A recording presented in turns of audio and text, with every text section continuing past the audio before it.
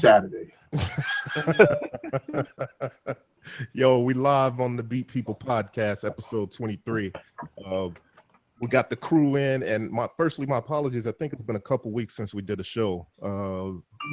Hot off of going like from once a month to darn it every week, and then I got sick, and it's been a couple weeks.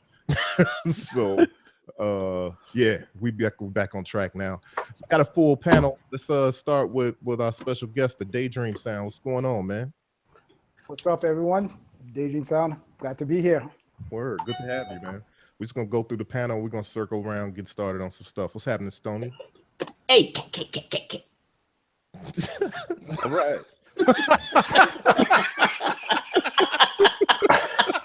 Okay. Man. What's going on, Flux? I'm gonna move on. That's what. Hey, yo, Corey, that's when you wish you had that Men in Black joint just to erase your memory. Like, Yeah, that's you're like, hey, she's the first person to render Flux speechless. I always Sorry, keep him guys. speechless. He know. okay. JK, welcome back to the show, man. I'm just happy to see everybody on here again, man. Oh, is that Flux? Did you say something? I Yeah. maybe, I don't know. It's kind of low. Yeah, Am I you're kind of low, man. Turn up Oh, geez. the volume. Not Turn up. don't turn up, but your volume. Shut up. Shut up. Check 1 2 1 2 1 Yeah, 2. there you go. There you Is go. that better? Oh, that's way better. Yeah. What's up, JK? What up, man? Chilling. Chilling. Glad to Yeah. be back. It's been a minute. It's been a Yeah, minute. It's been a minute. Got a little time. Yeah, man. Gonna hang out with the fam. Get over here, get a plate. Always. Chill with Always. grandma. Always. Yeah. What up, D? Man, I am loving this rainy Saturday in the East Coast that I don't have to do anything today. Nice. So- Hoodie weather. This is Scully weather. You know what I mean? Hey, this is sit in the lab and just make beats all day weather. This is what I love. Right? So I'm excited about this. Yeah. So yeah, we're just chilling, man. Until my wife gets home, and then it's back to family time. Back to honey-do list. Yep. So, hey, who we got in the chat? We got my man Steve Baker in the chat. Steve, I want to just say right quick before we get started, Steve sent me some dope samples of wood. Oh, yeah. Yeah, he sent me some dope samples, and this is Ooh. this is a little different than what he's been doing. This is like darker wood because he knows that I'm into like the darker wood. So this is the dark bamboo with a matte finish. He specifically was catering to what I told him I like. I don't really like the glossy type of finish, so he did like a darker bamboo with a matte finish. Then he did this tiger bamboo with a matte finish. It's pretty nice. And then this is That is nice. then this is the standard that he uses, but it's a matte finish rather than a gloss finish. So for those Yeah. out there looking for cases, my man Steve of Ethereal Sun cases, etherealsun.com, he got some stuff for you, man. He's the one that made Ken look Flux's case. Yeah, if you look at my lower third right now, that's actually by Steve as well. Google did away with the lower thirds. I'm sticking it to him by making my own lower thirds, thanks to Yeah. Real Hey Sun. Steve, I might have to hit you up for that tiger bamboo. That joint is looking pretty cool. Yeah, it's That's pretty a nice, Real right? Sun right here. You can see that, and this is actually something that he does when you're getting your laser engraving done. He likes to check to make sure the laser engraving looks the way you want it. So for my larger case that I have off screen right now, he did that so that I could test out how my lower. Alright. That's super cool. Yeah. That's what's up. But yeah, he's the man to go to for the cases, man. He's got dope stuff. I don't think anybody else is rocking with bamboo. And he's definitely doing bamboo, which is fresh. Yo, Ken, break it down to us, man. What you want to talk about the gear. Oh, okay. So lately we've been all having some gear lust issues, and we've been executing upon those. So we got to talking. All the gear lust issues that we've been having have been based on older gear from like the 90s and 80s. And so Corey recently got a JX3P with the programmer, and I'm in the hunt for another synth. I'm not going to say it just yet because I I don't want everybody to start bidding on what I'm bidding on, but but the bottom line is that we wanted to talk about some of the older gear that maybe wasn't so affordable when it was first coming out, but now is kind of like sleepers and stuff that, you know, is more affordable now, but is every bit as cool as it ever was, you know? So I just kind of, and ways of finding out about that kind of gear too, because I had some people hit me up and say like, oh, you know, oh, I wish I was following gear back then. You know, that was a little bit before my time. And I kind of had some ways to help people find gear that maybe was before your time that you weren't aware of that is actually really dope and not, you know, $5,000. Right. You know, I'm gonna tell you, I learned a lot about certain gear before I was even a part of a community like this, music tech type of community. I was learning a lot about gear from reading the back of album covers because I've always been digging. You know what I mean? Like I got a Isley Brothers record right down here where they talk about how much they talk about who plays, you know, they give credits. This dude on the bass, that dude on the guitar, but then they'll say all the other stuff. They'll say this dude played the bass, this dude played the guitar, but then when they get to the keyboards, they'll say this dude played the ARP, this dude played the Moog, this dude played, you know, like as if it wasn't synthesizers that they could just generally say, but they would literally name the synths on the album. You know what I mean? Like the Herbie Hancock records would always break down what synths he was playing on everything. Absolutely. Exactly. And sometimes they would even show you his setup. Yeah. And that's I mean, even really like cool. Pete Rock with Pete Rock and CL Smooth when they had their album, you saw his 1200 and you saw his 950 and his mixer. And you're like salivating, like, what is this? Yeah, exactly. So that's how I learned a lot about it. You could get a lot. So to cats like that, especially if you're part of the culture where you're digging for records to flip, and sampling and stuff, and you know, and even if you're digital digging, find out more about that record, because if it's stuff on there that you like, if there's stuff on there that you like to hear, the chances are, you know, those instruments are still around. And you can probably get those instruments and start to develop your own sound around what resonated with you from the beginning. Yeah, and even if you don't dig, man, a really, really dope resource for looking up stuff like that is Vintage Synth. Yeah. You know what I'm saying? Because and it's like, even if you don't know what you're looking for, say you don't know something old, but if you look up, say, like a Moog Voyager, then it'll list a whole bunch of stuff that's similar, and then you could just go down into the rabbit hole of all that stuff. So you may not even need to know the old thing. You can be like, hey, let me look up, you know, something more recent, you know, some type of synth that's more recent, but it'll give you a bunch of other stuff that's related, that's similar. Like if you look up some type of newer 8-voice analog polysynth, it'll give you a bunch of other 8-voice analog polysynths from all different years. Yeah, you know what I'm that's saying? true. So a lot of ways that I discover stuff is by going to shows.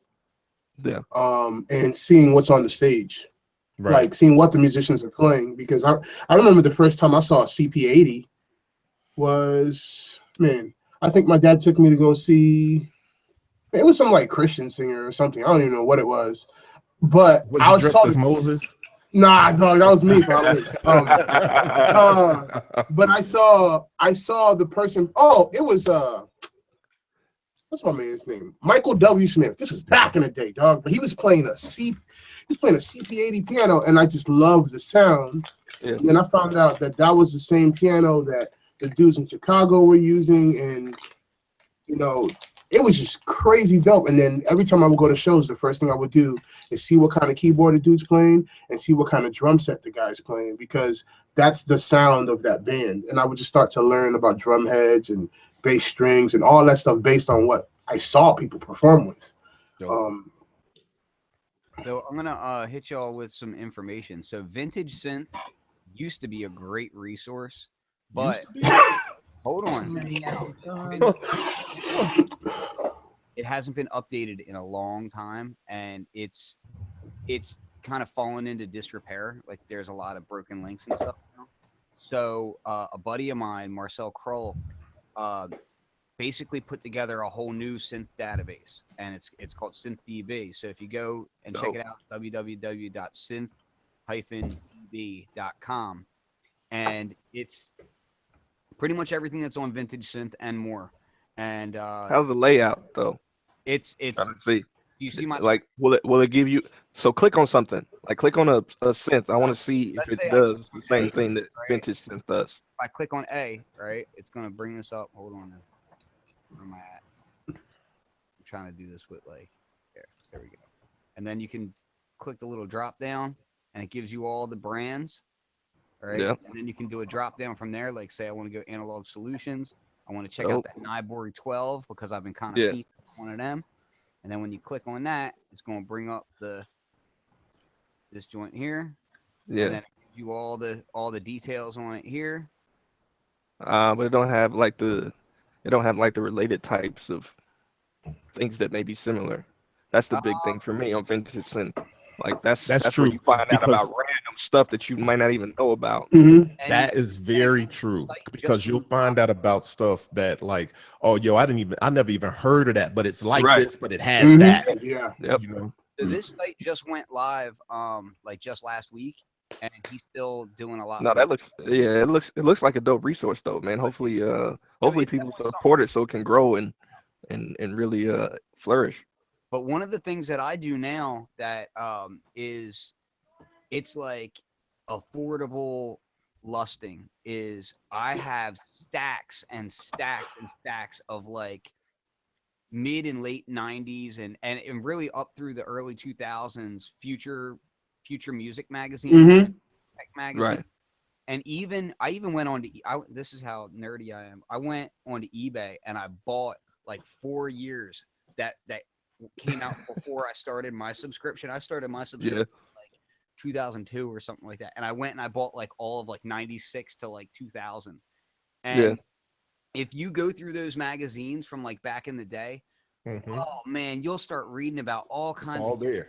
really forgot about and is like way off the map now, but was really cool, you know, and you can learn about all the little features that it had, you know, and all that stuff. And most of that stuff, you know, that's the features that it came out with.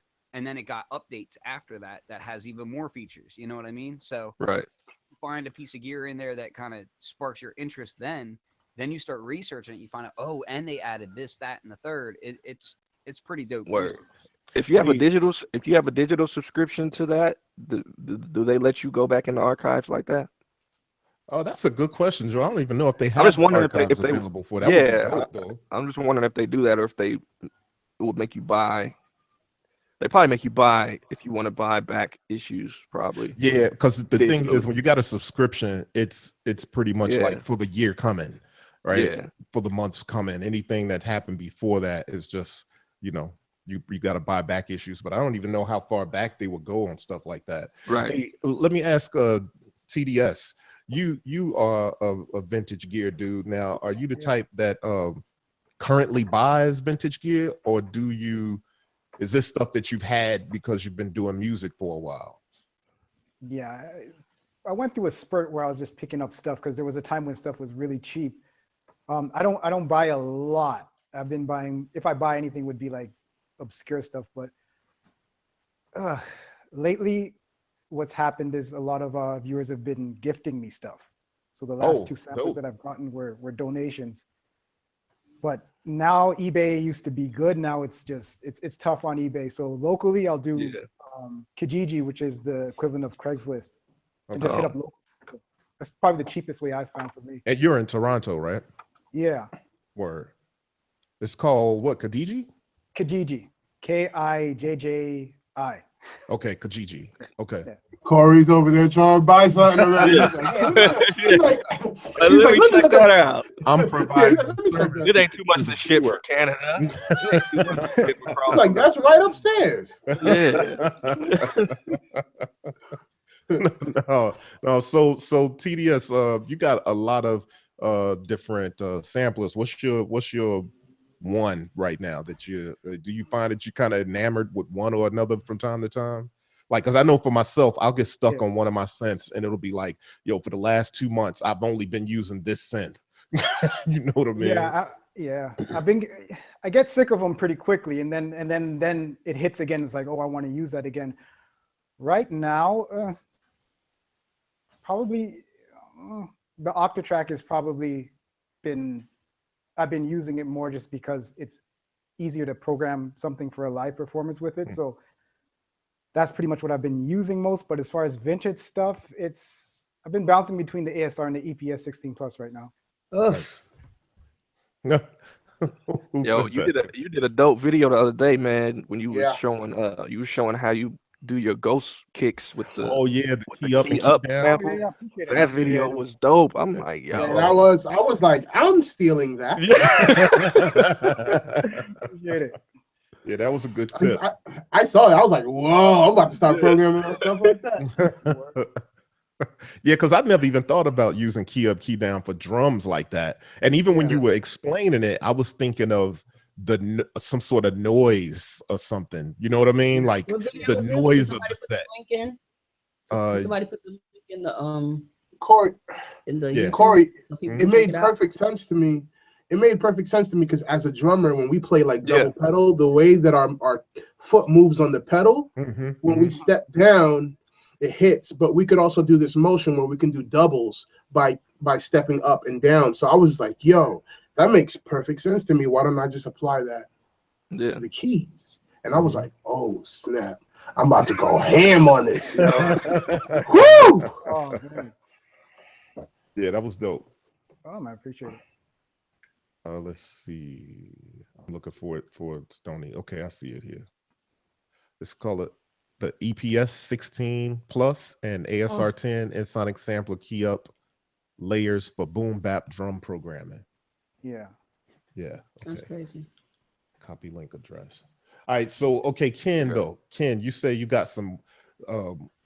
Were you saying you got some ways for people to be able to get vintage gear, or is that more about the research? There's a lot of different resources out there now. So like Daydream was talking about, the eBay is really oversaturated these days. Facebook groups are really a great way to find some gear at usually decent prices, because a lot of people will put it on there and you don't have to deal with like eBay fees and all. Now that being said, you got to be very careful with, you don't want to buy from somebody that you're just now hearing from. Like if you're going to buy on a Facebook, you should really know the person's persona. You should have like at least personal friends, and you should know some people that know that person in person. You know what I mean? Not just people that know on the internet, because I have seen some horror stories. Now, by and large, I've seen mostly good trading go down. And usually when the good trading happens, it happens in niche groups, meaning like not just 9 million hip hop producer group, Right. Like synth group, a modular group, or something that's more specific. People that are like really into what they're talking about, that sort of thing. Right. In those cases, usually the dealing will be pretty good. Another thing, and this is something that I try to keep kind of on the DL, but too late now. Too late, you started it. Goodwill online. Yes. Oh, man. You know, I didn't know about that, man. And when I went, it's probably last month when I went down and was chopping it up with MSX, man, and cats put me on that. I'm like, yeah, I go to the thrift store. He's like, nah, bruh. Online. I'm like, what? Yeah, bro. Yeah. You gotta be careful, because the way that stuff works is, so for one, there's a lot of mislistings, because these people are not music specialists, that are right. listed. So there's a lot of messed up listings, and you can find deals that way too. But also, there's certain things that I've kind of noticed that, like, if you start bidding on something that's dope, that's going for real cheap too early, it'll just magically disappear. So you got what? Yep. What is it? Is it people buying it, or it just goes down? They start realizing what they got, or what? People who maybe are on Goodwill or something, maybe or local, know that this is a lot, and then they'll scoop it up directly. Anybody use has anybody used like the local Facebook, the marketplace thing, kind of like the Craigslist right Facebook thing? I use that all the time, dog. Not in a major city. Now, if you're in like Philly, New York, if you're, and I'm like maybe 35-minute, 40-minute drive from Center City, Philly, but still, like, if you're in the city like that, it's really good. If you're on the outskirts, it's a lot of crappy guitars. Yeah. Well, I think it probably depends on the the community geographic region. Yo, yeah, it's gotten me. It's gotten me out of a bind. Like, oh man, I need a snare stand because mine's just broke at a gig. Put that joint on. Somebody's like, yo, I'll be right over with a snare stand, $10. Boom. Oh. You know, like just stuff like that. That app is great. Yeah, definitely. That's dope. And honestly, if you start reading up on things like the older magazines, if you start going into you can go on some of the synth forums and look up old posts, like just kind of like Google Roland and then type in date of like 1998. You know what I mean? And you'll see what people were talking about back then. And then you get something that might spur your interest. Dude, hit thrift stores, man. Thrift stores. Yeah, definitely. Like, and I'm not just talking about like pawn shops. I'm talking like straight up like flea markets and stuff. Yep. Or gold mines. Yep. And if you see something, the cool thing is now that when we used to go record digging and gear digging, we didn't have Google in our hand. No. Right. You can check it out now. Anything. And you can research it right there. Out there for dirt cheap. And you might be like, well, this thing kind of looks whack. But then you Google it and you might find out, hey, this thing could do some stuff that none of the new gear can do. Like there's a lot of stuff that ASRX can't do or can do that like Machine and MPC and stuff can't do still. Yeah. So it's like, don't sleep. Kind of a shame. If you go down that road. Let's not open up that can of worms. Please. Please. Hey, so listen, yeah, I got my JX through a trade. And it was interesting enough, I had stopped using my analog 4 and I put it in a box, and I guess I was kind of fooling myself when I packed it up to say that, like, you know, I'm just putting this away for a while and then I'm gonna plug it back up and use it, because I never did. I even pulled it out and never did power it, like, you know what I mean? I just didn't do that kind of stuff. At any rate, I saw one of the homies on Instagram. So I'm probably the scenario that you would say, because I never met this dude in person, but we've interacted quite a bit on Instagram. Another synth cat, drum machine type of cat, sampler type cat. And he had his, I remember when he first posted the JX, and I said then, oh, I always wanted one of those. You know what I'm saying? And I don't know, a year and a half later, he was selling it. And I'm like, yo, you want to trade that analog 4? Look like you selling that for the same that I was going to be selling the analog 4 for. And, you know, so anyway, it just kind of worked out. And it turned out that this joint is only have one other owner besides him. So the guy he bought it from was the original owner. And then when he got it, the guy I got it from, he got maintenance on it. He had the 2-prong power changed to 3-prong, so it's a standard power cable, and you know, it has the programmer, and it's clean. Yo, it looks like it's fresh out the box. I don't think I've ever seen one that clean. So that was definitely a come up. That was a real come up. It sounds incredible too. How did you feel about doing a trade though, like that, even though it was somebody that maybe you had talked to before on there? Like, did that make you nervous? Like, okay, a little bit. Yeah, a little bit. As a matter of fact, when I was shipping it, I was like, I could be selling myself down the river, because you just never know. You know what I'm saying? It just so happened that it turned out right. You know, we sent each other the confirmation the same day. You know what I'm saying? And you know, some part of me was like, you know, Chris Tucker, same time, man, same time. Yeah, same time. But I just worked through it, and it just I guess it was sort of a leap of faith, but it worked out. Yeah, your Chris Tucker's on point, dog. Man. Word up. So, yeah, it worked, man. So Corry did not end up in a chicken coop either. Yeah. No, I sure didn't. Nope.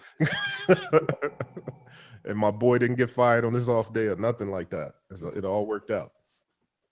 Stoni, I know you have like a bunch of gear that you don't use anymore, like that you still have. How do you feel about like trades and gear that kind of just hangs in the back? Okay, take the cart. You tell my son. What happened? Did you hear him, Stoni?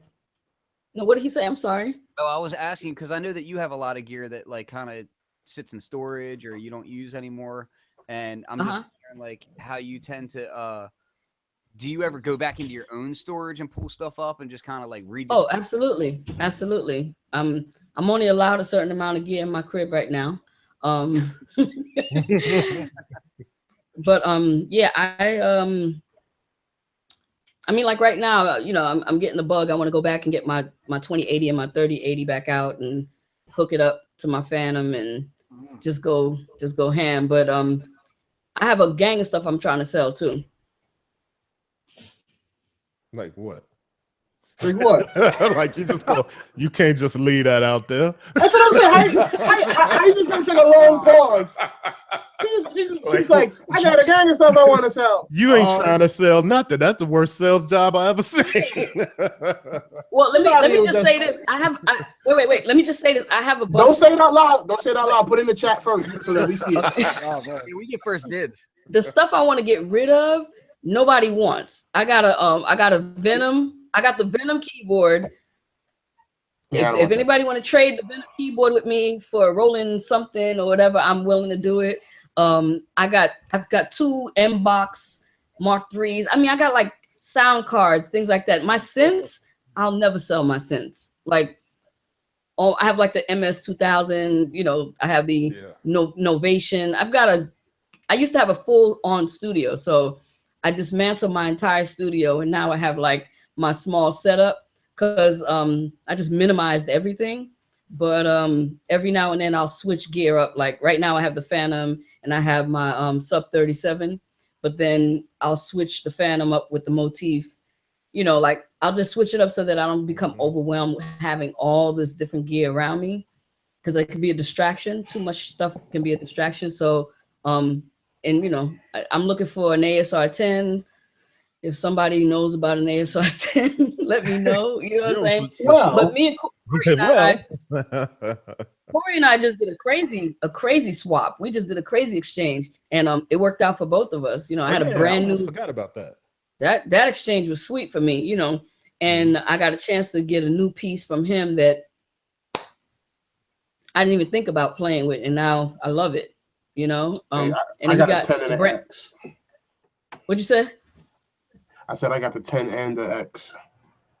Oh, the ASR 10 and the ASR X. Yeah, I got the red joint. The X is a no. The 10 is where I want. The 10 is what I want. Like, I really want to just have an the X a no. Is it that much different than the 10? Yeah, it is. Oh yeah, the ASR X is a drum machine, and it's like I just never liked the way that it felt. I never liked that it was off. I'd rather SP1200 than the ASR X. So I know the difference is like a keyboard versus a drum machine, but like I don't. It's the same engine, but does it really sound that much different? I like the 10 much better. I mean the frequencies and the way that it samples is none other. Great. Like I love that ASR 10. I mean, but the only other sampler I think I like just as much as that would be the MV8000. You know what I'm saying? But those two pieces, I would love to do some kind of trade or something. But for the most part, to answer Ken's question, yeah. Well, let me just tell you this. I came up on an ASR 10. Hey, fellas, what was that? Like last year or 2 years ago? About 2 years. You rehabbed. Yeah, I rehabbed the crap out of it. So here's the story. It was this dude. I saw it on Craigslist because for some reason, you know, all of us kind of have an ASR 10 on our I want that list, and we had been talking about it a lot. So I started looking, you know, just browsing listings. You know what that's like. You know, you think you're just browsing, but when you see a deal, you like, I think I gotta handle this. Definitely. Anyway, I came up. I think I spent 150, maybe. I don't know. I can't even really remember. But it was maybe 100, 150. Anyway, I saw it in the Craig's listing, and the dude was in Beverly Hills, and I went and picked it up. And I got there, and it was this dude. He was smoked out in the garage. It was it smelled like loads and loads of weed, and the garage was like a studio basically. Like there was gear all over the place. I mean, gear all over the place, modular stuff and all kinds of stuff. And the older dude was sitting outside the garage. Now I'm up in the Beverly Hills, up in there. And I pulled my car in their driveway, and I went in the garage, and he was like, "Yeah, dude, here it is. It's right here." The dude gave it to me because it didn't work for him, and it gets a lot of static. And he told me all these problems it had. Now, he told me that when I told him I was interested, but I looked it up and I went and I researched and I found out that the part only cost $20. Yeah. You know what I mean? So I went there and I got it. Then the dude was like, you want to turn it on and hear it? And I was like, well, no, you said it don't. I already know what's up. Let's do this. And he was like, well, at least we'll let you hear it. He turned it on and it worked perfectly. And he was like, oh, dude, I don't know if I can let this go. And I was like, bro, I done drove all the way out here up in these swirly hills. Are you talking about? Yeah. Anyway, he gives me his band's record and was like, here's, for coming all the way out, here's my band's record. No, I actually had a friend of mine. He gave me. He walked out of there with a banjo. But wait though. I walked up with the record and I was leaving, and just as I was leaving, he started yelling, bro, and I came back. And I came back and he had the ASR 10 unplugged, or he's like, it started doing that static again, bro. Take it. And I gave him the money and I took it and I got it home and I ordered the parts and I rehabbed it. I held it down for a while, but I ended up selling it for $900. I had a friend of mine that was getting rid of the Alessi's Micron. You remember that joint, the gray and the red one? Mm-hmm. Yep. It was a 37, and he was like, man, this thing, I'm about to trash it. And I said, yo, let me get it. And he was like, well, it just doesn't work. And I was like, don't worry about it. Just give it to me. And he gave it to me. I bought the right power supply, and it turned right on. Wow. He had it ready to go in the garbage. And I was just like, nice. okay, let me buy a power supply and just turn it on. And it turned on. I'm still using it to this day. I still have it. Wow. Check that out. I might get rid of it, though. That might be another one I'm going to get rid of. Yeah, I had one of them joints. It's nice. Yeah. I don't know. I could change my mind on that. I don't know. I might get rid of it. Sell it, Stoni, and get you an O-Coast. A who? An O-Coast. What's that? It started the No Coast, Zero Coast. From the Make Noise. That you started in They're trying to get you. They're trying to get you into that modular. They're trying to get you. It's a desktop. It's a desktop though, so you don't need to be fully modular to use it. But it's like a gateway drug. Yeah. Send me that link, Corey. Corey's already got me hooked on it. I mean, the stuff Corey doing over there, it's just a matter of time. Yeah. All right. What? Nothing. Man, I got so much stuff that I should sell, but I can't. Yep. Is that what we talking about? What are you a gear? What you see? I'm trying not to be a gear whore. A gear whore is not what you want to be, man. That's the gear whore is whack. No, I am a gear whore. You will find me. Yeah, I don't do gear whore shit, man. I get rid of what I don't use. If I use it, it's gone. No, but here's the reason why. It's because when I'm designing, I'm always like, man, I wish I had this, right? To design something with. And even if it's just to plug in the MPC and bring drums in and then sample it out, that at least I have the MPC to do that. Hey, Steve. Right. What up? Listen, none of us in here are gear whores in any way, shape, or form. All we are is gear escorts. And I'm because we get. I'm a high class gear whore. Okay. So listen. If we was slutting out and not getting paid, I could see where we'd be gear. Ken, that's what's up. Ken, you are the quintessential gear whore, my brother. You are a gear whore. You see Ken's face plastered right next to it. Ken has everything. What? Hold on, no, I think we need to explore that concept. That concept of gear whore versus gear escort, where you get paid. You're not slutting around. He's a little bit of both. Ken used to slum it, but now he's like an escort exclusive. No doubt. Man, y'all are wild. Yeah. I don't know why Daniel acting like he ain't down. You a whore too. Don't even act like it. Look. Wait. Daniel's a private dancer. Let's just say that. Private dancer. Hey. That's right. Listen, Daniel's a private dancer. Y'all just took it to a whole nother level now. Dang. Daniel's a private. He's like, I'm not a gear whore. I'm just a private dancer. Look. Let me tell you something. There'll be times where I'll see a piece of gear come out, and I know Ken knows this. we just start contemplating right away, like, how am I gonna get this? How much blood and like, semen do how much stuff can I sell? Like, what can I sell? But then you start to look at stuff, and you're just like, I don't really want to sell. It's like, everything you point out is like, but that's special. That's special. Okay, let me ask you guys. Let me ask you guys a question. Ken goes to like his kids. He goes to like looking at his kids' toys. Like, he don't play with that no more. The TV gone. So, but let me ask you guys this: when is it time to let go of that piece of gear? Like, let's discuss. Okay, we know we have a lot of gear, and you know that one piece of gear has been sitting in your closet for 4 years. There's about this much dust sitting on it. You know what I'm saying? Like, when is it time to let go of that piece? I can't see you, Stoni. It's okay. Can you hear me? What's weird, Stoni, is when you stop talking, your video comes back. It's weird. Okay, it's all good, but just listen to what I'm saying. Okay, I got you.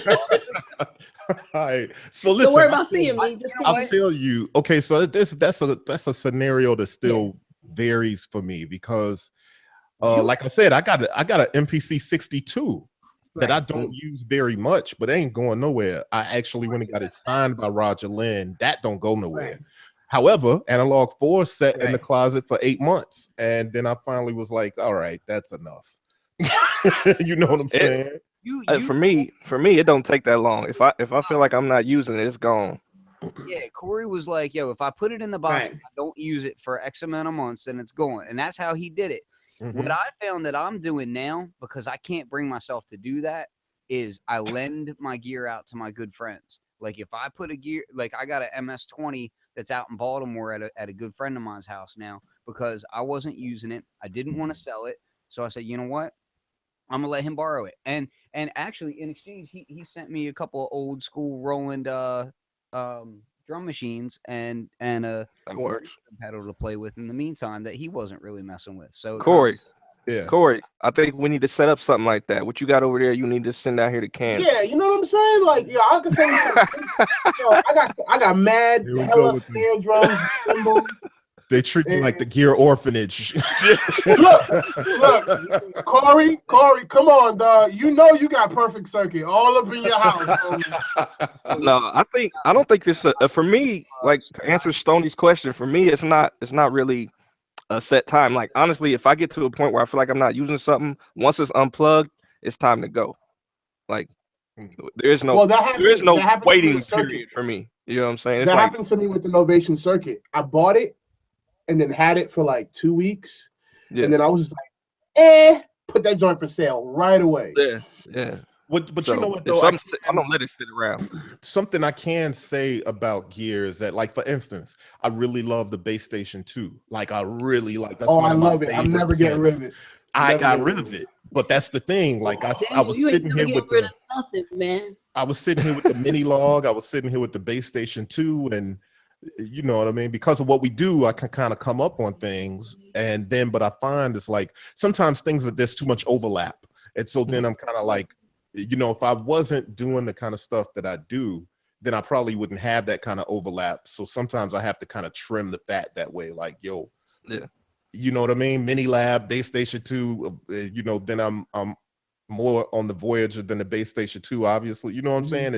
It just becomes one of those things where it's like, yo, you got to trim the fat. And so, but then there are those classic pieces that, I mean, like my MS-2000, I'm never selling that. I have a 2500, I have a 4000, might sell the 2500, will never sell the 4000. You know what I'm saying? Like, there's just certain pieces, and then there's the nostalgic thing too. What'd you say? Did you say you wanted to sell me the 4000? Is that? No, she said she was sending it to her good friend in Kansas to hold it down. Is what she said. She was sending it to her bro out in Kansas, you know what? To hold it down. Now here's the thing. I do. I'm like Ken in that way. Like, if Joe said, hey, yo, I want to borrow that 2000, that 4000, and I'll fix the screen while I'm using it, then by all means, I'll send it right to him. Hey, I don't hold. I'm not. Go ahead. No, go for it. No, but I'm, you know, with you guys, yeah, I'll send you the gear I have. If I'm not using it, why not? I said, and it's got to be people that you trust, obviously. Right. Yeah. Of course. Oh no, come on. And then it has to be people that I know are going to treat it well. I mean, and then here's the other thing. I don't really lend gear out. Either I'm giving it to you or I'm not giving it to you. But if Joe is like, hey, I'm doing a video and I need to use that, I'll ship it to him in a heartbeat. Like I'm not stuck, like, especially if it's going to help somebody grow. That's another thing. Like I've been doing, like if I meet people who are really building and trying to do great things and I have extra controllers, I'll give it to them. And I'm not saying like in a sucker way, but like people who really just need that opportunity to just get to that next level, and they need that controller, and you have it and you're not doing anything with it. Bless, you gotta pay it forward. You have to pay it forward. You're not gonna give anything. That type of stuff. Yeah, I do that type of stuff. I think that's always the good thing, because it's always good to give somebody something too, because like, yo, how much plastic do we have in our house? You know what I'm saying? Right. Like I'm looking around my studio right now, and the ridiculous amount of controllers that I have in here. And that extra camera you have, D, go bring it on over here, man.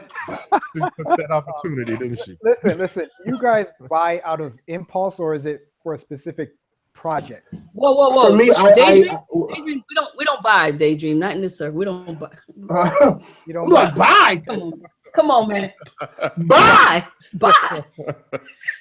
Honestly, like for what me, is that? It's rare impulse for me. But the problem is that I'll get an impulse of lust, and then time out. Did you say it's rarely? Did you say rarely?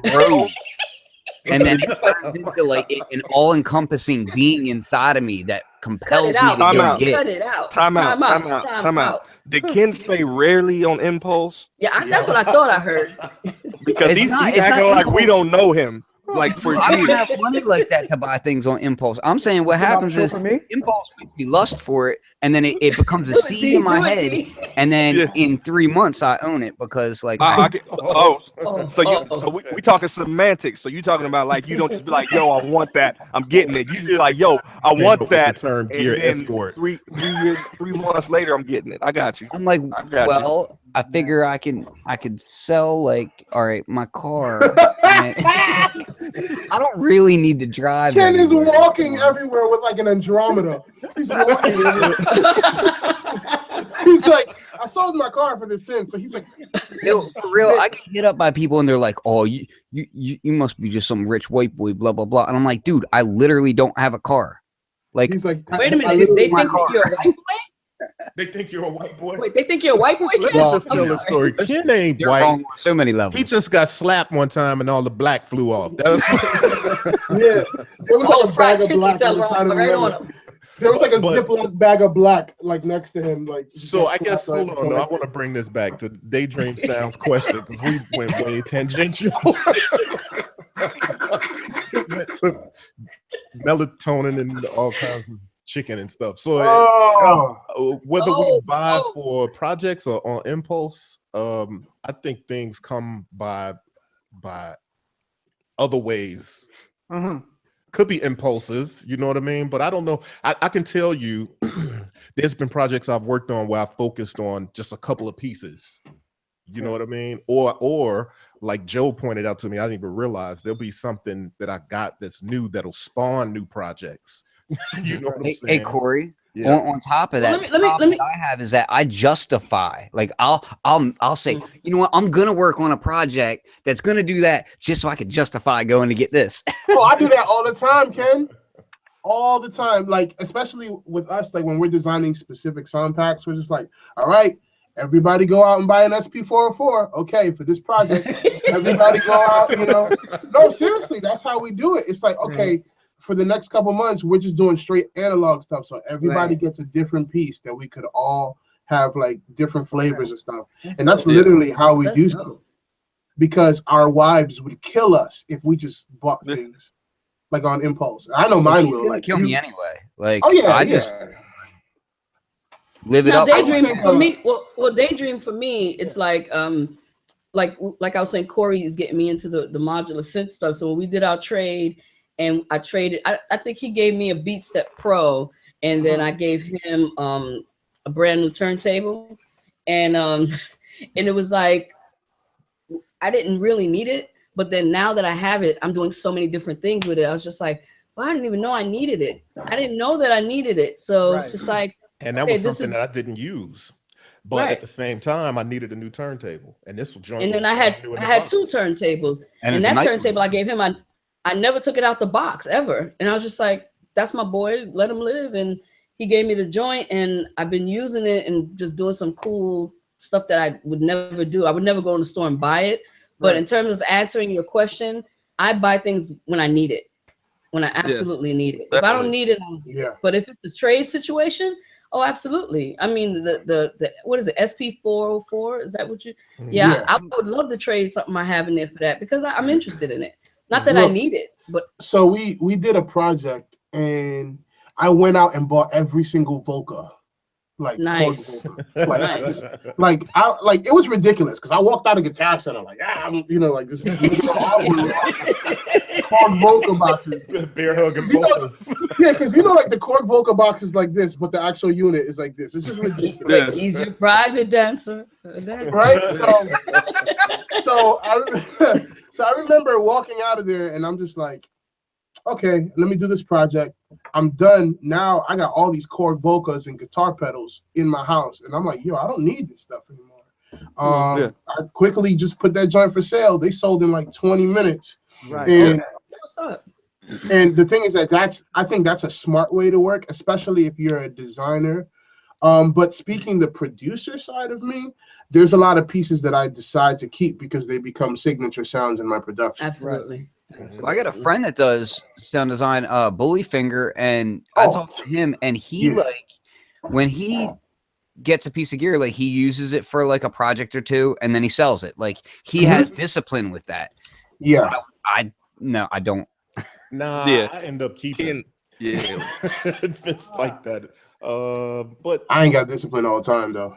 Yeah, I don't know if I have discipline all the time. Like I don't at all. I don't know that I necessarily buy gear or come across gear for a particular project. Maybe if I did that kind of thing, I probably would, because then it's not necessarily something you want and that you desire to use. It's something that has a utilitarian type of, it's like a utility at that point. It's not really.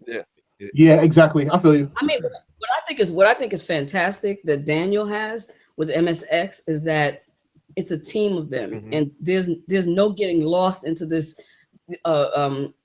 hole of like just getting lost into the matrix of just having gear just for the sake of having gear. Like they all have they have a goal and intention, they have a vision, and they do it together, which is because now someone else is making him accountable for having that 404. Why do you have that? We're doing this, we're doing that. So you better believe in our meetings, we constantly M Sim be like, yo, Steel, why'd you get that?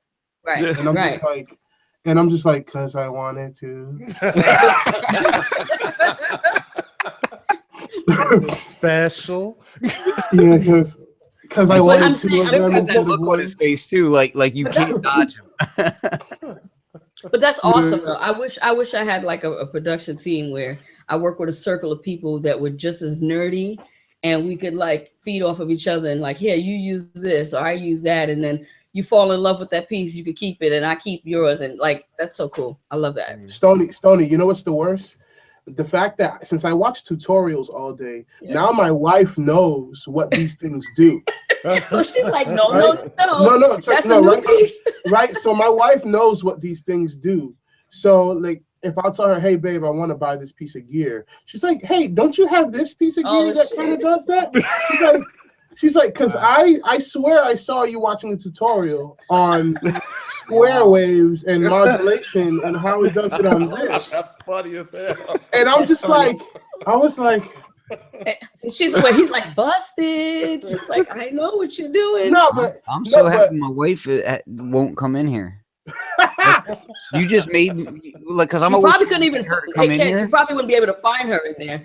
She's probably standing next to you behind the keyboard. Trust me, I always find my wife. Oh, Sookie now. By the way, real quick, happy Mother's Day, Stoni. Yeah. Oh, thank you. Mother's Day. Oh, thank you. Yes, thank indeed. you. I had to get before I forgot. Thank you. Hey, yo, let me ask you real quick, just one other side note that shows just how bad people are. So, how many of y'all use an iPad, like for music? I don't have one. You can send me that one. I don't have one. What I found is that I will get iPad music apps like crazy, and they might be like $3 here, $20 there, but dude, the amount that I actually use it, far less than everything else. Now, granted, I'm not saying that it's not dope. That's not what I'm saying. But I'm just saying, like, the workflow and it, like, I tend to buy way more apps than I actually use. Can I say something, Ken? I've been watching Henny in the business. I talk about it all the time, but his videos are so dope that I think once you start watching his videos, he gives you like an applicable way of using it with your production. Like the way he puts it. I get what you're saying. And like, there's a lot of like, I have like great workflows for it and all that, but it's just like, a lot of times I like the idea more than the actual implementation. Yeah. I feel you. Like for me, I have to add something tangible to the iPad. Like I use the OP1 and the MIDI Fighter Twister with my iPad because I can't do the whole touch screen making beats thing all the time. It doesn't feel like but so I love that. I had to add like some sort of knob or button. I use this guy, man. The Mini Key Lab. I use this guy more than anything with it. Awesome. Oh, dope. That and I have the Sparkle LA, and I have to apologize because somebody in the chat was like, "Oh yeah, I see all Arturia stuff in the back." Like I don't want it to be like Arturia ad, but yeah, that's what I use.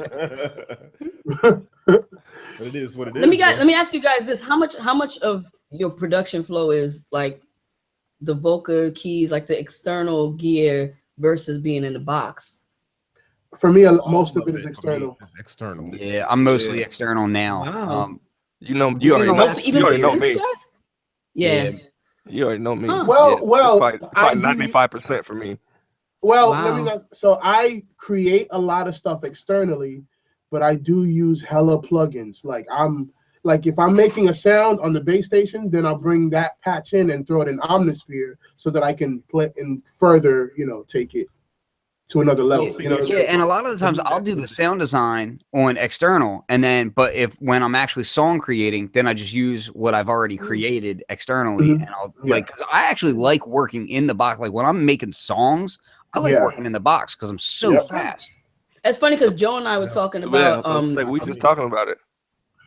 We were just talking about keyboards and hardware, and he was talking about how fascinating the montage was, and I was just saying how when I use the Phantom or the Motif, it's just a different feeling. Like I could create an entire song inside the Phantom and sequence it in and do everything in it and just track out. It's just a different feeling than being in the box. You know what I'm saying? Like, how many of y'all actually do that? Like for me, you still do that? Yeah, for me, the software. I mean, for me, the computer is like it's a capture tool. It like captures my ideas. And I just for whatever reason, man, I just like touching and interacting with an instrument and recording the audio into the computer. Like I don't feel like there's any hardware that could replace the recording aspect for me in terms of capturing my audio and being able to manipulate it and different things like that.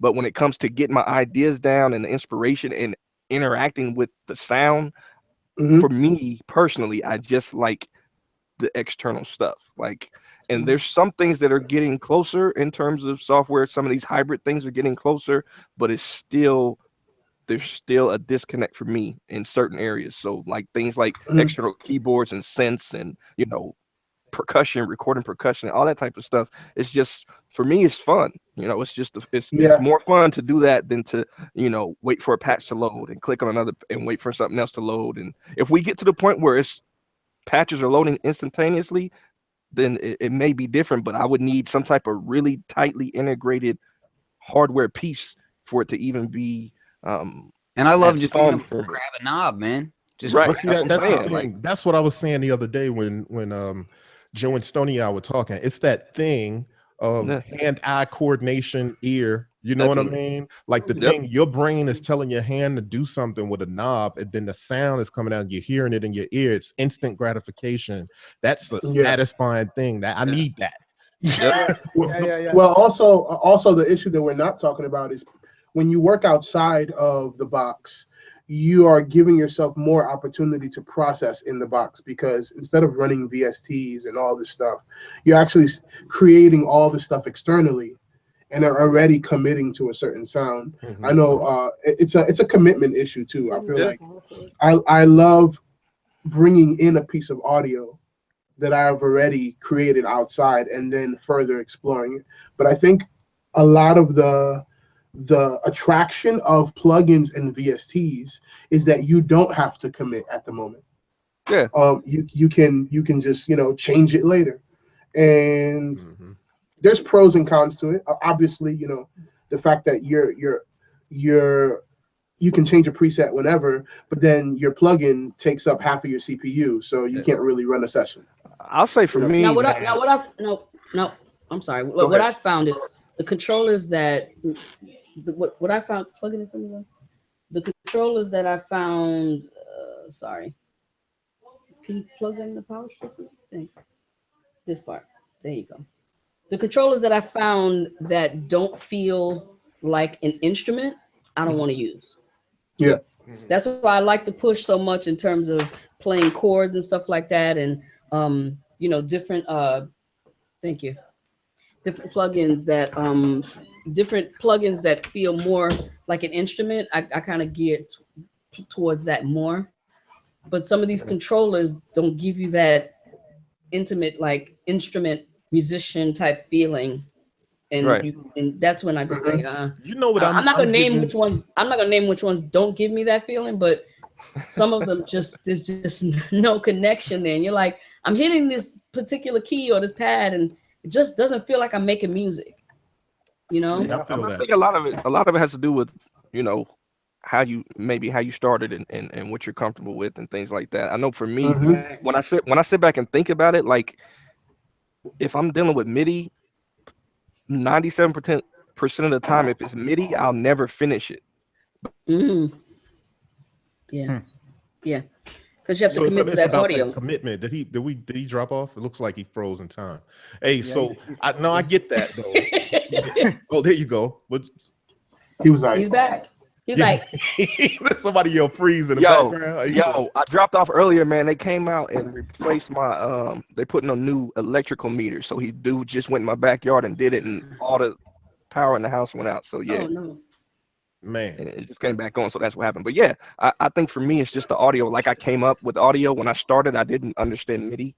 You know, I wasn't using MIDI, so I was just playing stuff in real time. And so that's what I kind of revert back to a lot of times. And for me, I tend to get more stuff done when I do that. So I use things like, you know, Ableton Live or Machine or Studio One, whatever I'm using, I'm capturing audio. Because if I'm just, but you know what I do for that though, Joe? What I learned early on, like when I first got my first setup of my own, the MIDI thing was just, it was a headache. Firstly, just having to learn how it goes, and after you learn how MIDI goes, this becomes one of those things like riding a bike. It's stuck. It's part of the thing. You know that.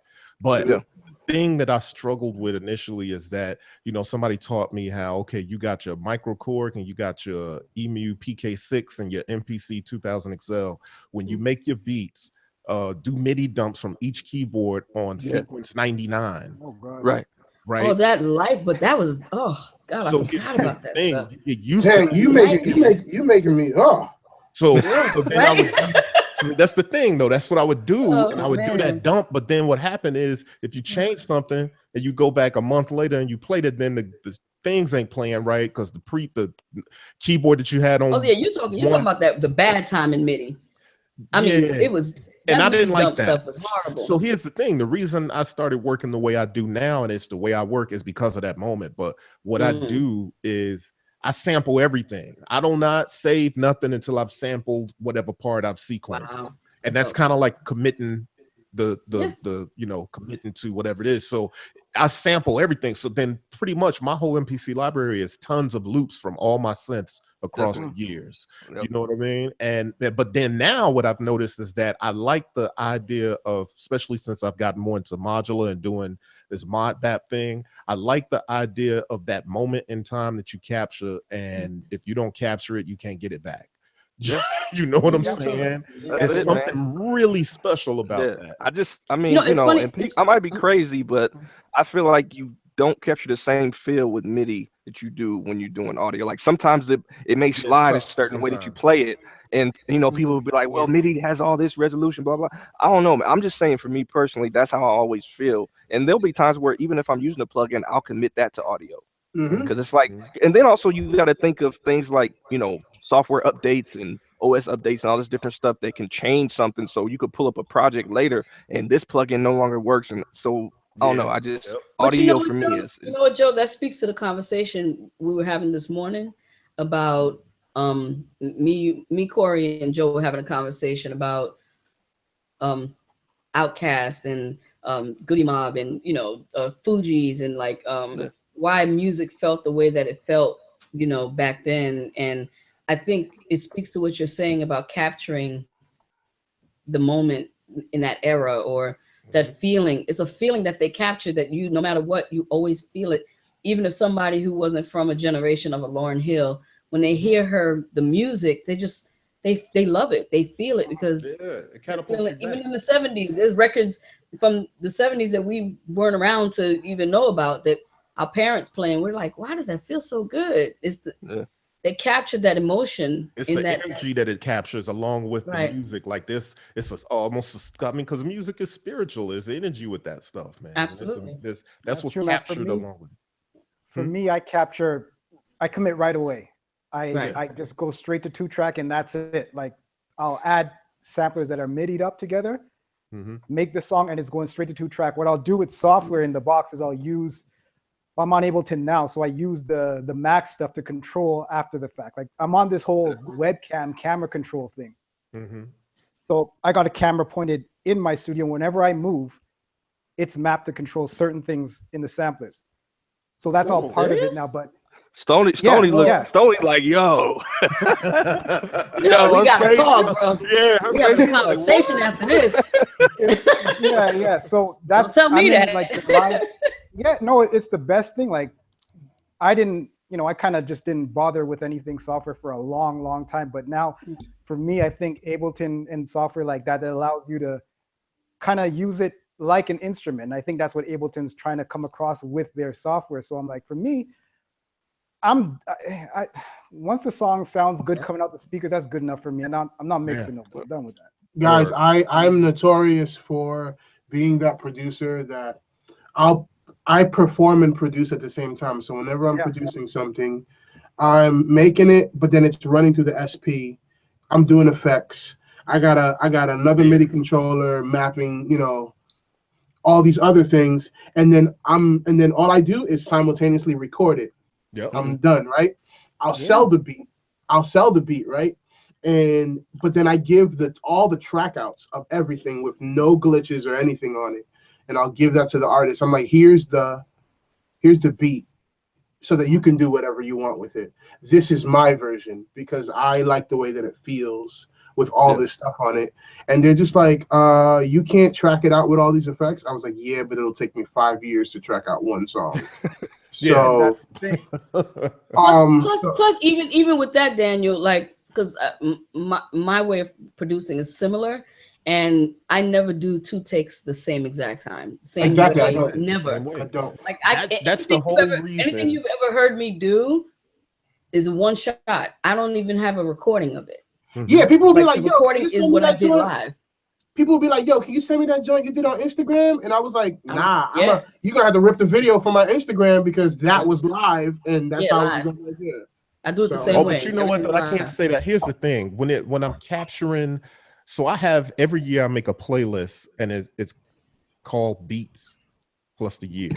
So Beats 2017, Beats 2016. It's cool to kind of go back and listen to the beats and kind of see the progression of things. But what I do is I save everything. Even if you hear it on Instagram, it's saved. If it's not saved, something happened. You know what I mean? But that's me committing the audio, saving the audio, and then saving it into the MPC. But what I've been doing a lot lately, especially with having the MPC X, because it has the XY effects, is that I'll actually record into Adobe Audition what my performance is on the MPC. You know what I mean? Because the XY effects, you can't save that, can't record it or something weird. You can't like have it like loop back into itself, like, and just be sampling your main outputs or anything. You can't do that. Yeah, you can, but I prefer to do it like as if it's a separate tape machine. Like you can resample what you're doing, but yeah, I don't do it that way. Yeah, I could easily set the thing to, I could easily set the sample time to 5 minutes or whatever the case, and then go ahead and go to the resample inputs and go ahead and do the glitching and all that. But what I do is I do it in Adobe Audition, like as if it's a separate tape machine. And I do all these things where whether I'm using an XY effects and I'm tweaking the filter on, say, whatever I'm doing in the modular, I'm tweaking the electron heat. And then whatever's captured on Adobe Audition, that's what I do. I fade out the end, and that's the track. You know I think if you had resampled it, it would actually sound different too. Yeah, I think you're giving it a certain quality when you go outside directly into another platform. And then too, then it makes the thing quicker for me, because then now I got it in a program. It's on the screen. I captured that performance of that moment.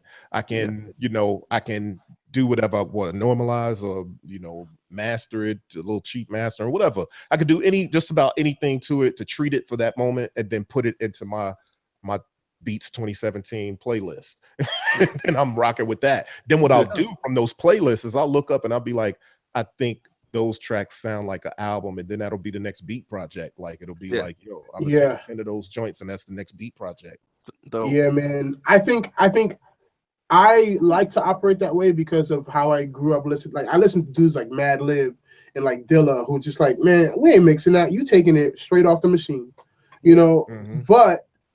But I think in thinking with the way music is produced now, we have much more tools to make our stuff, you know, sound the way we want it to. And also, since a lot of my beats, I'll sell them, but then I also use it for like licensing. I have to have all the multi-tracks for everything. You know, I have to have all that stuff.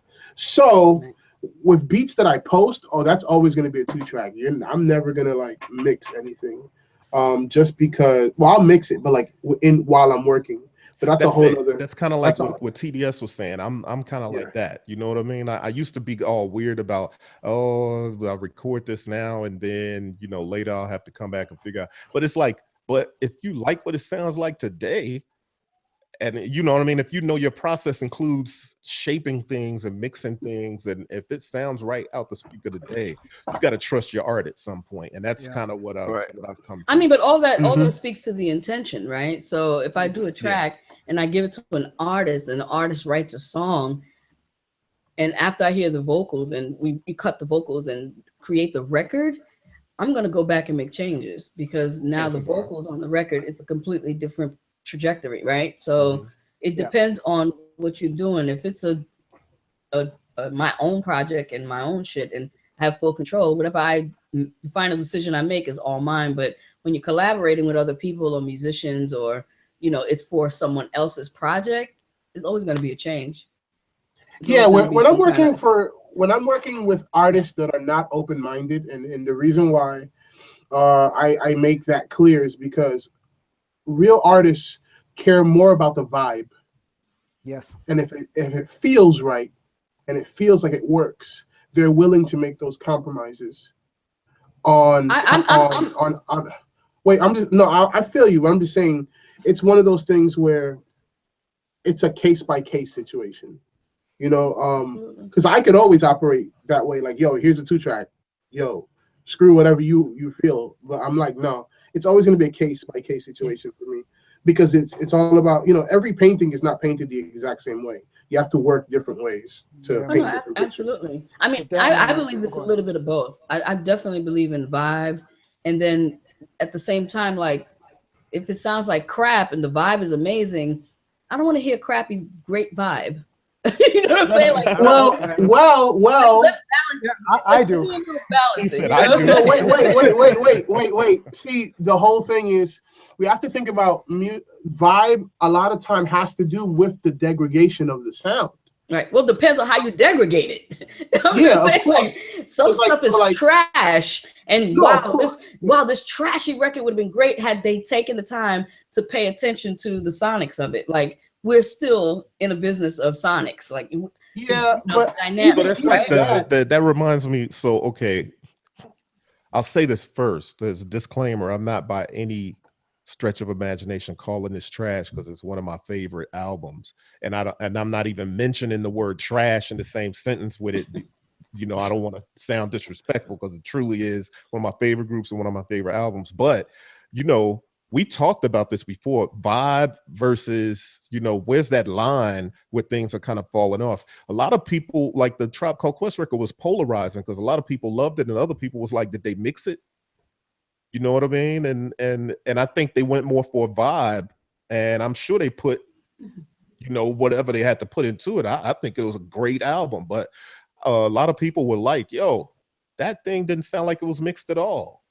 But yeah, I think it's that you're hearing that from people that live around mixed things all the time. So the reason why I'm an audio snob is because I know how to use compressors and EQs. I live with this stuff every day. So like the moment I heard the Kanye West, The Life of Pablo album, I was like, ew, what's up with this mix? This is weird. Right? It was it just made me uncomfortable.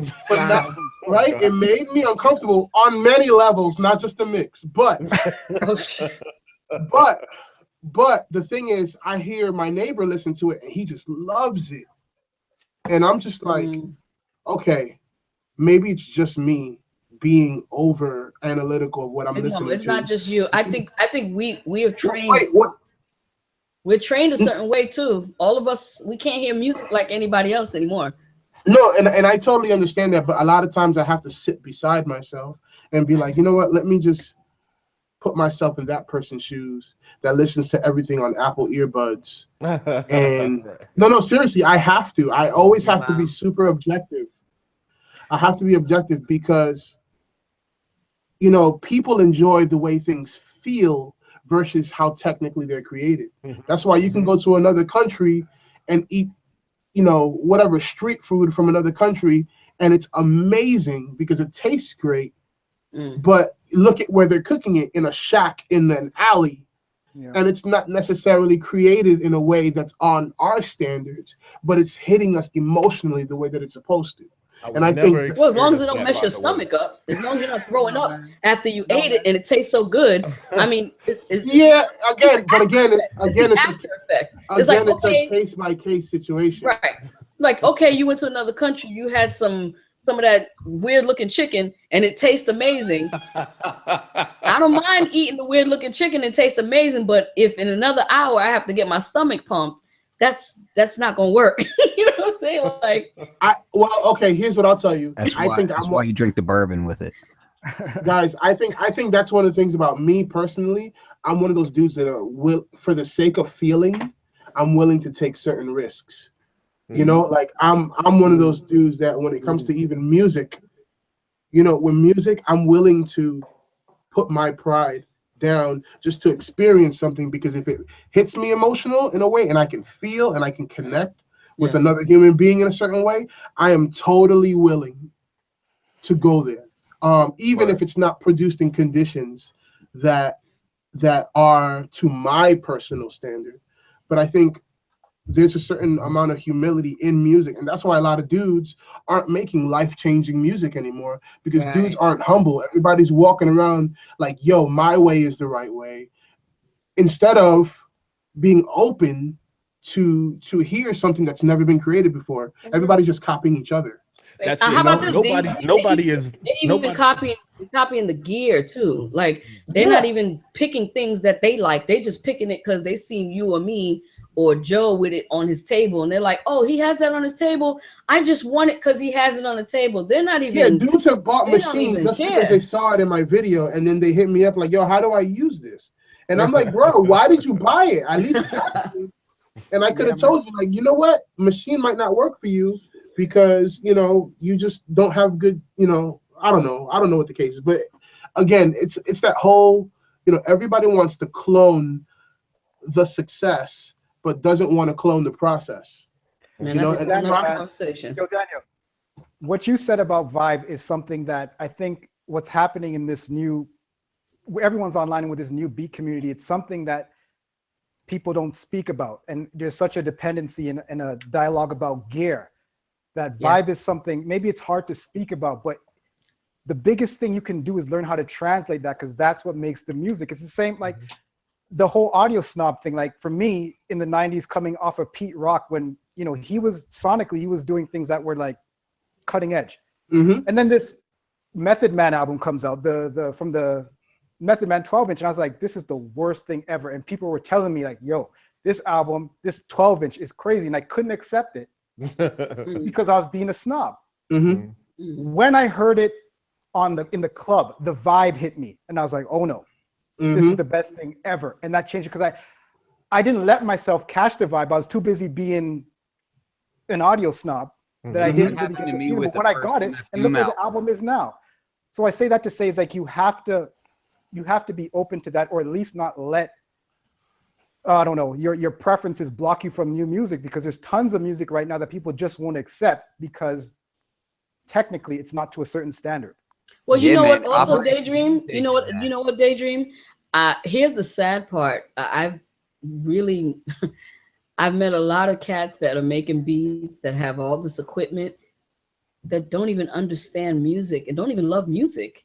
They just love the idea of having gear and hitting pads and saying, "Hey, I make beats." Yep. But that's the thing. They don't even love music, which is just like. Do you know who Miles Davis is? Do you know who this person is? Are you studying music? They don't know what I'm talking about. And I'm just like, what?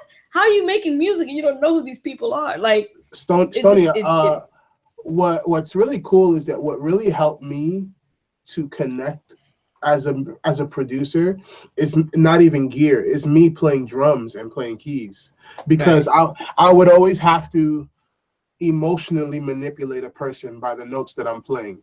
Like if I want to make you feel angry, I'm gonna hit the crash cymbal a certain way, and I'm gonna hit the drums a certain way with a certain articulation. And if I want to make that's how you doing them. And if I want to make you feel, if I want to make you feel horror, I'll play everything in dissonance, you know. And if I want to make you feel a certain way, so for me, the basic, again, that's another topic. The basic knowledge of music teaches you how to manipulate emotions so that people can feel things in your music.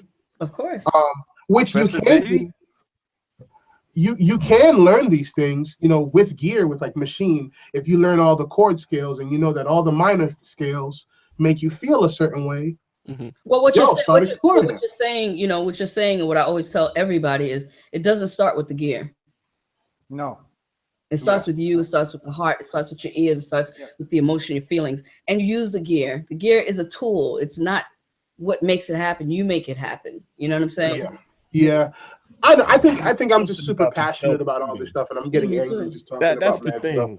Don't get mad, D. Don't get mad. The thing is, though, you gotta to really emote in your music and make music with vibes. You gotta be okay with you and know that you ain't trying to do what everybody else is trying to do. You know what I'm saying? Like, and as a young artist, it's typical for people to struggle with that. But hopefully, as you get older and get to know yourself and kind of grow into what you're doing, I mean, that goes back to that whole 10,000 hour thing that people talk about, right? That part of that process is coming into your own.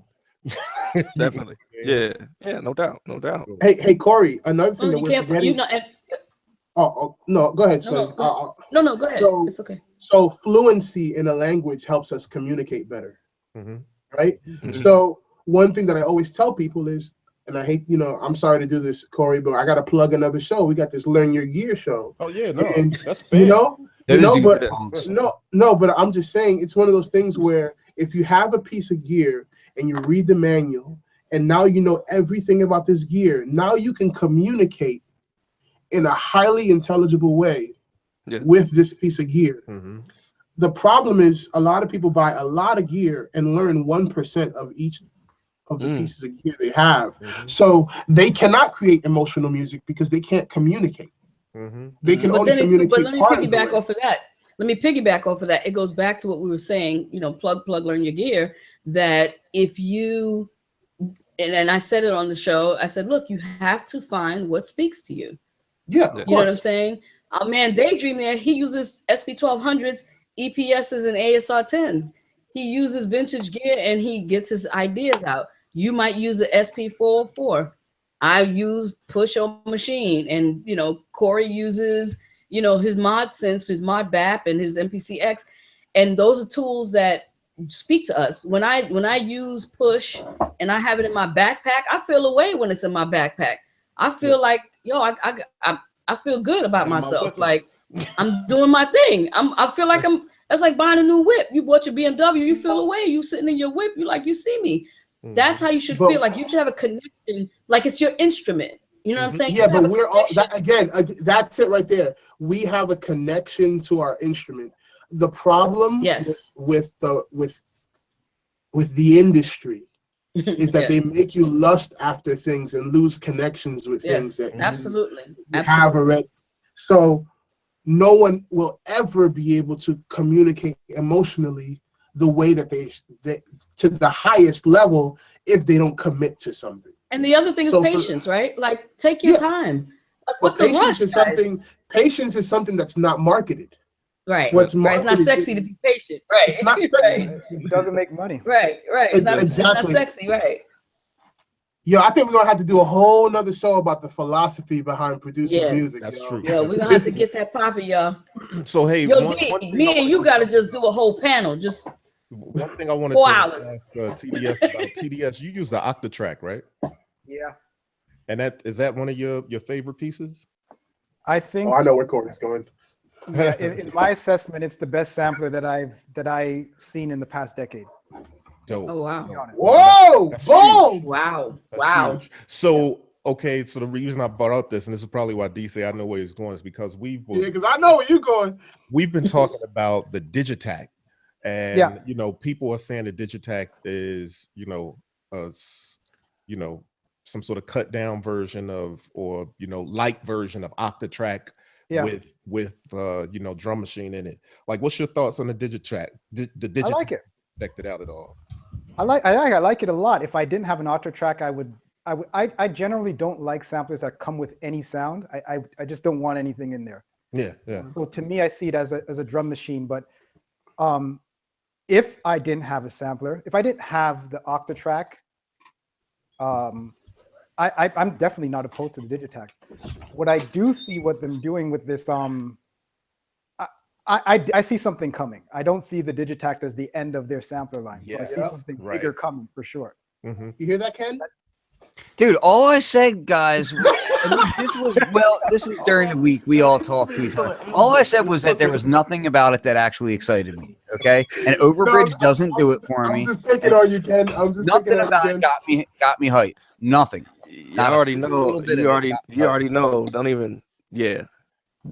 So and in fact, and I'm gonna say it one more time just to ruffle feathers because that's my role. So let me just say this: Electron's been making money hand over fist on their past lines because they should be, because they're awesome products, and I fully I had the rhythm. I thought it was really dope. I only sold it because I didn't need it at that time, and I had other stuff that was doing what I wanted. But I like their stuff. Here's the thing. I just feel like their hardware design, they should have the cash ready to really invest in upping their hardware design far further than where I think that it currently is. I could really, really like to see them be on like a playing field with like an Akai product, and those sorts of things. Like I could see them really kicking ass if they really like put their back into it and did a flagship product like that. And I'm just, this product to me, like I was waiting for them to, replace the machine drum and the Octatrack because they're both so old and long in the tooth at this point. I really, and that's not to say that they're bad. I'm just saying that like I'm, as product cycles go, I'm ready for them to really kick a flagship product out there along those lines. And this was definitely not that.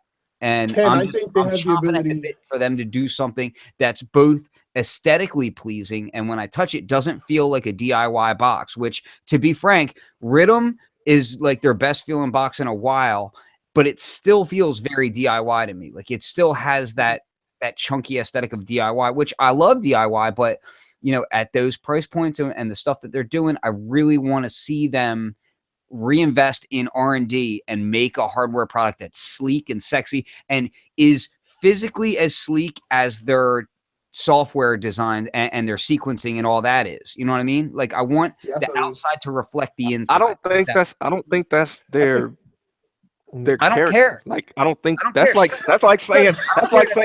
like saying Hummer should look like a BMW. Like that's real and talk. you know how I feel about That's their design aesthetic. that's exactly. That's like Listen, we're not talking about Positrack on a Plymouth. We're talking about studio gear. I'm just saying.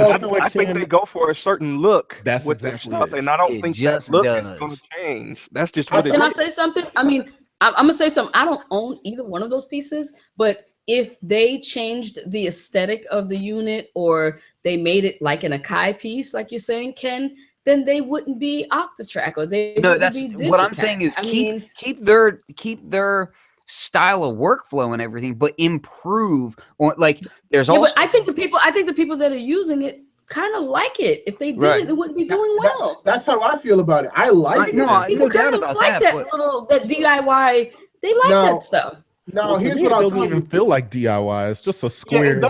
It doesn't feel like DIY to me. Now, Corey, Ken, check this out. I think that Electron are the people that can probably make a freaking ASR 10 kind of thing on steroids. Just looking at the stuff that they've put out already, the samplers, if they put out like a keyboard with the screen and stuff from Digitac, with the outputs that have analog heat, oh my God, I'm already just like loving this idea. You know, but that's kind of what I'm getting at, though, Steel, is that I just see like so much more potential for what they do. You know what I mean? For what they do. Yeah, and listen, they very likely could have that already in the pipeline, already coming. But I'm just saying, as of right here, right now, I'm like, it just didn't impress me in the slightest. And I feel like the Digitac and analog heat are just glimpses of what's to come. That's right.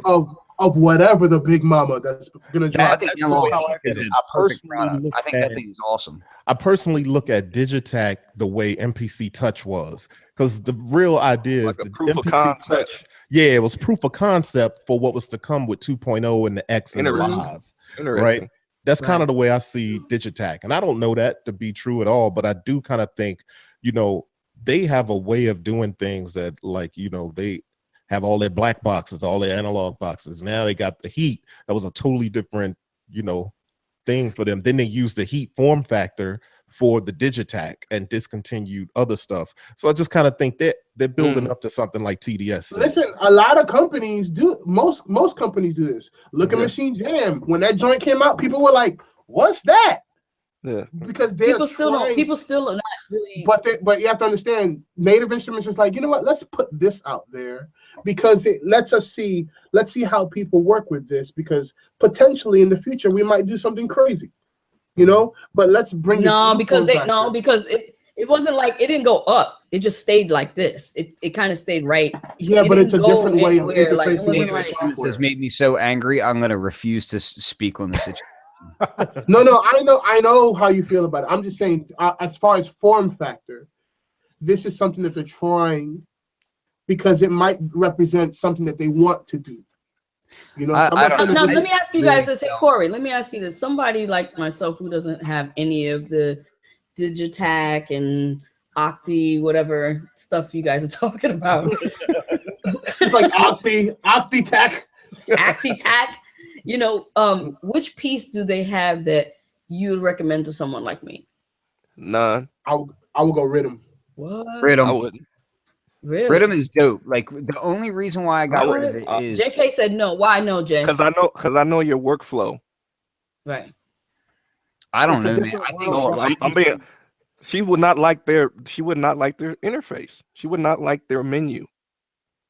Yeah, I'm not saying I'm not to be confused with the fact that she could figure it out with no problem. No, but Stoni's about vibe, man, and Joe knows I like all the weird stuff. That's why Joe never says no to anything about me. He's like, nah, you just weird, dog. Oh yeah, I know. Weird stuff. Let me just say this. I'll probably get another Rhythm. Joe knows you're the private dancer, so he knows not to get involved. There's some other shit with you. But you know, I was gonna say, I don't know much just yet, obviously because it's not out, about the Digitac. But I kind of feel like that's I feel like that's the electron gateway drug. You know what I'm saying? Yeah, I can't speak on that. I can't speak on that one. So I'm just talking about the stuff that's already out.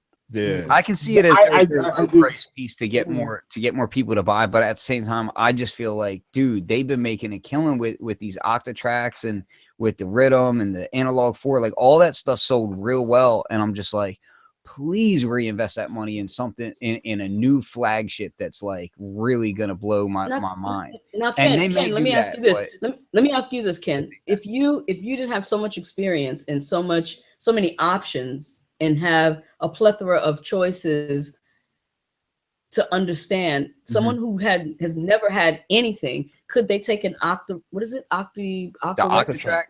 The octa track's kind of crazy. Can they take something like that? Someone who knows nothing, take it and just love working with it? No. No. Well, let me just say one thing. The one thing about the person that you're describing that person has going for them is that they don't have any preconceived notions, so they might be able to pick it up in a different way. But somebody who's used to an MPC and then goes to it, it's going to break their brain. Definitely. No, so I'll tell you this. I have a specific example. Like I said, my homeboy Trust is what we came up in the 90s. We've known each other since we were 10. His name is Trust. He taught me how to use an MPC back in the 90s. He was my DJ and producer for the group that we were in.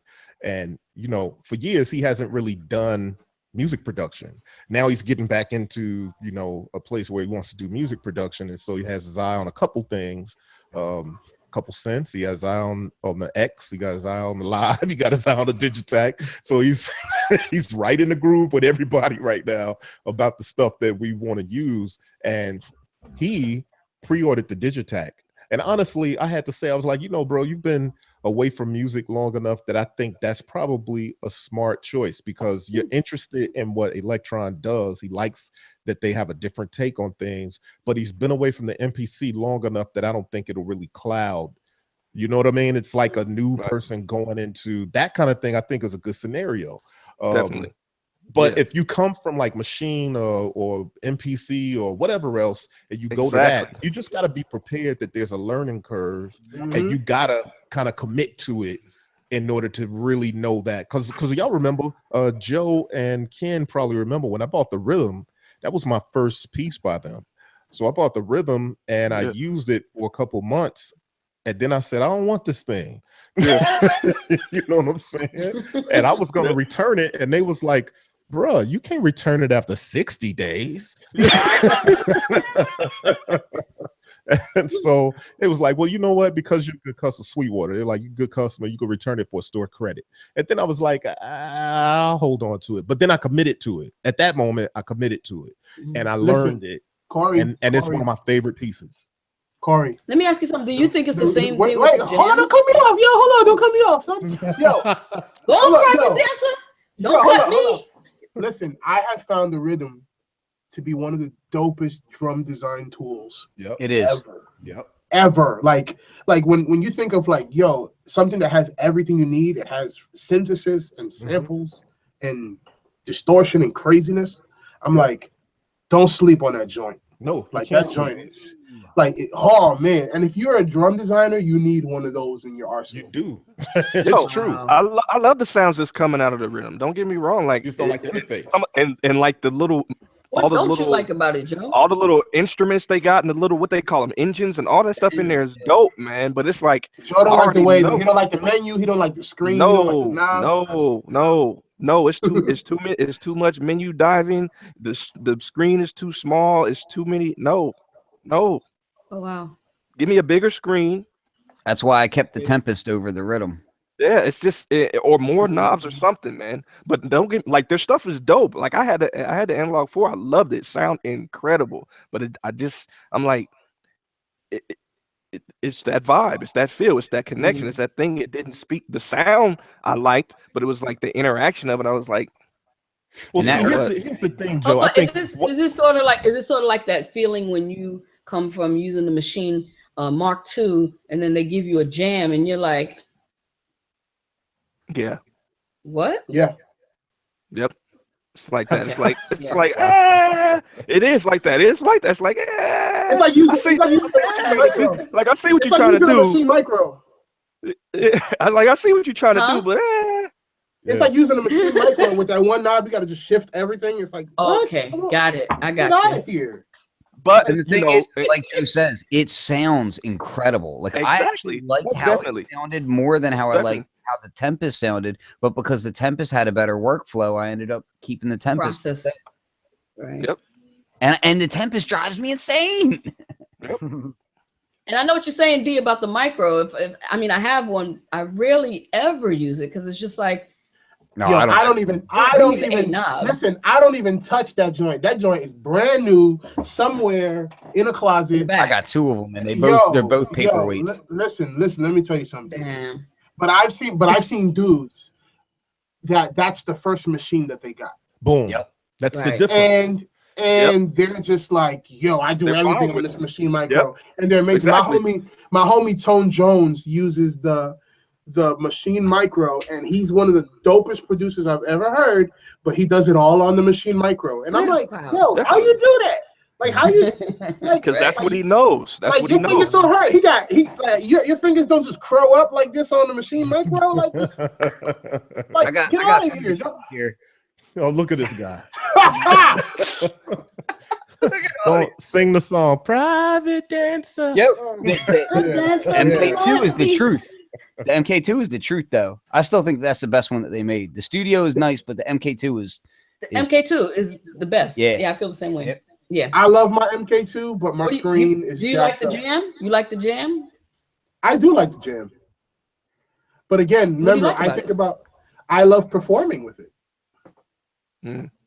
Wow. Which that's what it's for. Remember, I'm thinking whenever I produce music, the two thoughts go in my head. Can I perform what I'm making right now? And you love performing with it with no knobs. No, I use the what do you call it? MIDI twister. Right, so you have to bring other pieces in it in order for the jam to be because it works better for me, especially with all the macros. I'm not feeling the whole up down movement. I'm more of a knob, you know. But again, if a kid just gets a machine jam and machine for the first time, that becomes his first experience with the software. Absolutely. And then he might go back and look at the MK2 like, yo, what is this 16 pads when I got 64? Right. You know, so it's all about nostalgia and what works for you and what's your introduction to production. And that's what's going to set the tone for the rest of your life with production. Fortunately, I think each and every person here, we've all grown up in that mid period of hardware and software. So we were able to become very fluent in both, you know, so we have a different learning curve.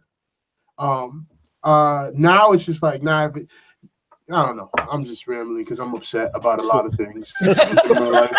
So, all right, we're gonna use that's the point. When you get D-Still riled up and upset, that's enough. D-Still is pissed. Hey, we're gonna close the show. I need some St. Joe barbecue right now. Oh, don't say that, man. We're about an don't say that. And 40. Joe got the smoke barbecue over there, man. So, yo, I want to say thanks to everybody for coming by. TDS, man, thanks for coming by and chatting it up with us. You're welcome anytime, man. Yes, next time you come on, I definitely want to dive into more of your some of your favorite things that some of your vintage drum machines and samplers do. Cool. So yeah, all right, everybody. Peace out. Peace. Hey! Follow me, StoniesWorld.com. Holla at the kid, please. .com. DSTL, I just do weird stuff on Instagram. Wheezy. Follow the kid.